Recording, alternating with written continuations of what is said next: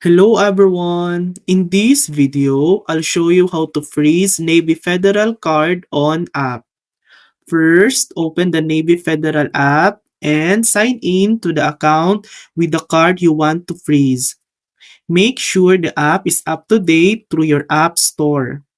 From the home screen, tap the checking account or credit card you want to manage. Then tap Manage Card at the top of the screen.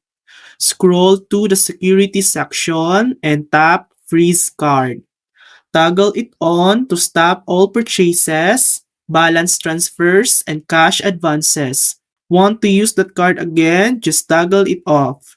You can repeat this for any card on your account as long as you're signed in and verified. And that's it.